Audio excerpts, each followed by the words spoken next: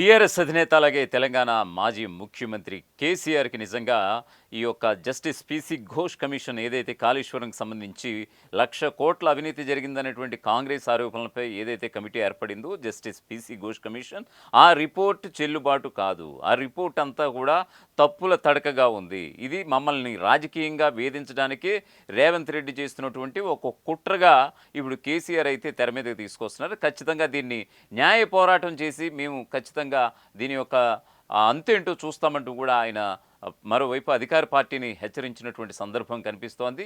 వాస్తవానికి ఈ Kaleshwaram commission report సుమారుగా అంటే జూలై నెలలో ఇచ్చినటువంటి పరిస్థితి.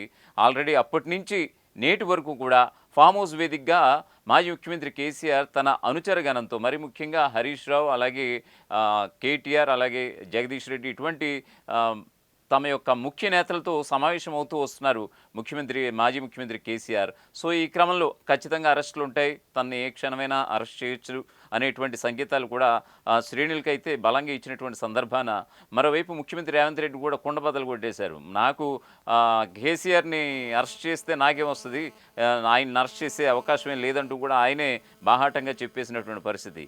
ఆయన్ని ఎన్నికల్లో ఓడించి నేను గెలవడమే అతిపెద్ద శిక్ష అంటూ కూడా ఆయన మరోవైపు రేవంత్ రెడ్డి కేసీఆర్ని ఉద్దేశించి చేయడం కూడా కాళేశ్వరంలో కేసీఆర్ అయితే అరెస్టు కారు అనేటువంటి ఒక సంకేతాలు అయితే వెళ్ళే మరి ఎందుకో మరి మాజీ ముఖ్యమంత్రి కేసీఆర్కి ఇప్పుడు కాళేశ్వరం గుబులైతే పట్టుకుంది. రేపు మాపో అసెంబ్లీ సెషన్స్ అయితే జరగబోతున్నాయి. వర్షాకాలం అసెంబ్లీ సెషన్స్ ఖచ్చితంగా అధికార పార్టీ ఈ కాళేశ్వరం రిపోర్టుకు సంబంధించి అందులో చర్చకు తీసుకురాబోతోంది. ఇది ప్రజలంతా కూడా గమనించే అంశం కాబట్టి ఖచ్చితంగా దీన్ని ప్రజాక్షేత్రంలోనే తిప్పికొట్టాలనేటువంటి ఒక ఉద్దేశంతో ఇప్పుడు మాజీ ముఖ్యమంత్రి కేసీఆర్ గులాబీ అధినేత కేసీఆర్ ఇప్పుడు న్యాయ పోరాటానికి సిద్ధమవుతున్నారు. జస్టిస్ పీసీ ఘోష్ కమిషన్ ఏదైతే కాళేశ్వరంలో 1,00,00,000 కోట్ల అవినీతి జరిగిందనేటువంటి తమపై నిరాధార ఆరోపణలు చేసి రేవంత్ రెడ్డి ప్రభుత్వం ఈ ఒక కమిటీ వేసి తమల్ని రాజకీయంగా బద్నాం చేయాలన్నటువంటి ఒక కుట్రతోనే ఇదంతా చేసిందంటూ కూడా ప్రధానంగా ఆరోపిస్తున్నారు. ఖచ్చితంగా న్యాయ పోరాటం అంటే త్వరలో ఖచ్చితంగా ఒక పిటిషన్స్ వేసి ఆ విధంగా ముందుకు వెళ్ళేలాగా ఖచ్చితంగా ఇప్పుడు కేసీఆర్ అయితే ఆ కార్యాచరణకి సిద్ధమవుతున్నట్లుగా తెలుస్తోంది. సో దీనికి సంబంధించి ఒక అప్డేట్ ఉంది, అది కూడా చూసేద్దాం. కాళేశ్వర నివేదిక పూర్తిగా చట్టవిరుద్ధమని కాంగ్రెస్ ప్రభుత్వం రాజకీయ కక్ష సాధింపులో భాగంగానే కమిషన్ వేసిందని, ఆ కమిషన్ రిపోర్టుపై స్టే ఇవ్వాలని కేసీఆర్, హరీష్ రావు తెలంగాణ హైకోర్టులో పిటిషన్లు దాఖలు చేశారు.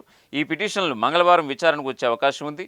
కాళేశ్వరం ప్రాజెక్టులో అక్రమాలు జరిగాయని కాంగ్రెస్ ప్రభుత్వం అధికారంలోకి వచ్చిన తర్వాత జస్టిస్ పినాకీ చంద్రఘోష్ నేతృత్వంలో కమిషన్ అయితే నియమించడం జరిగింది. జస్టిస్ పీసీ ఘోష్ కమిషన్ తన పని పూర్తి చేసి 665 పేజీల నివేదికను జూలై 31, 2025న ప్రభుత్వానికి కూడా నివేదించింది.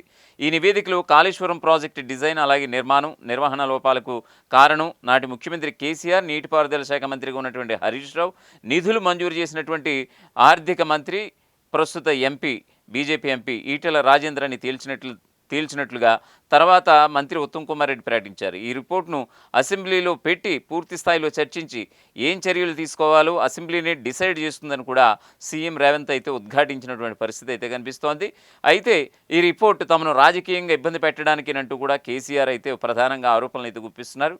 రిపోర్ట్ ఇచ్చినప్పటి నుంచి ఫామ్ హౌస్లో పార్టీ ముఖ్య నేతలతో పాటు న్యాయ నిపుణులతో సుదీర్ఘ మంతనాలు అయితే జరుపుతూ వస్తున్నారట. ఈ రిపోర్టులో ఉన్నటువంటి తీవ్రతను బట్టి కేసీఆర్, హరీష్ రావు కేసులను, అరెస్టు వంటి పరిణామాలను ఎదుర్కోవాల్సి వస్తుందని ఓ అంచనాకైతే వచ్చారట. వీటిపై న్యాయ పోరాటం చేయాలని నిర్ణయించుకున్నారు కేసీఆర్. నేరుగా సుప్రీంకోర్టుకు వెళ్లాలని అనుకున్నప్పటికీ న్యాయ నిపుణుల సూచనల మేరకు ముందుగా హైకోర్టులోనే పిటిషన్లు దాఖలు చేసినట్లుగా తెలుస్తోంది.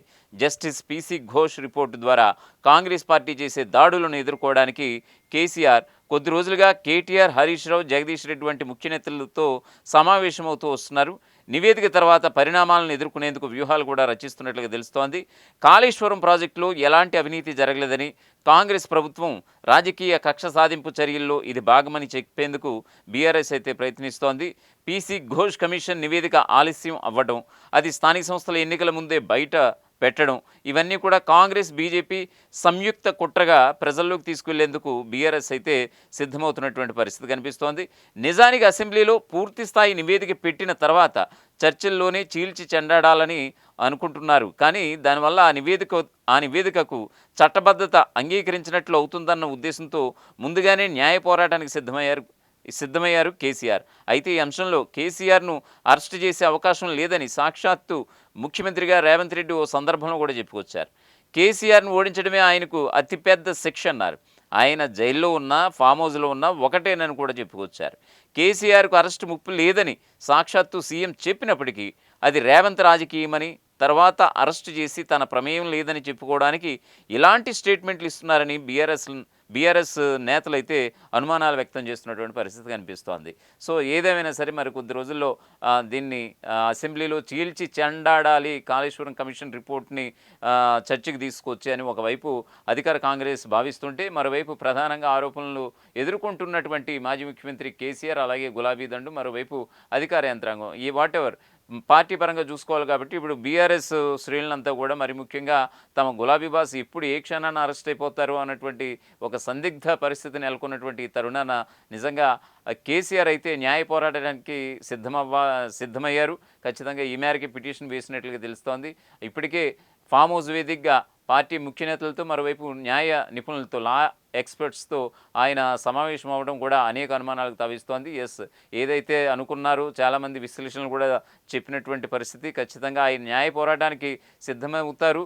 ఖచ్చితంగా అసెంబ్లీలో ఈ యొక్క చర్చ కనుక ప్రభుత్వం కనుక పెడితే కనుక దాన్ని ధీటుగా ఎదుర్కోవాలంటే న్యాయ పోరాటం ఒక్కటే కేసీఆర్ ముందున్నటువంటి ఒక ఏకైక మార్గం అంటూ కూడా చెప్పుకొచ్చారు. సో కేసీఆర్ కూడా ఇప్పుడు అదే పని చేస్తున్నట్లుగా తెలుస్తోంది. మరి చూడాలి మరి ఇప్పుడు హైకోర్టు, తెలంగాణ హైకోర్టు ఏ విధంగా ఈ యొక్క కాళేశ్వరం కమిషన్ రిపోర్టు తప్పులు తడక అని ఏదైతే మాజీ ముఖ్యమంత్రి కేసీఆర్ చెప్పినటువంటి ఏదైతే స్టేట్మెంట్స్ ఉన్నాయో, ఏమైతే పిటిషన్ దాఖలు చేశారో ఆ పిటిషన్కి సంబంధించి మంగళవారం విచారణకు వచ్చే అవకాశం ఉంది. సో ఆ పిటిషన్కి సంబంధించి విచారణ సమయంలో తెలంగాణ హైకోర్టు ఏ విధమైనటువంటి స్టేట్మెంట్స్ ఇస్తుంది అనేటువంటిది ఇప్పుడు తెలంగాణ వ్యాప్తంగా, రాష్ట్ర వ్యాప్తంగా చర్చకు దారితీసింది. అసలైన తొలి వెలుగు.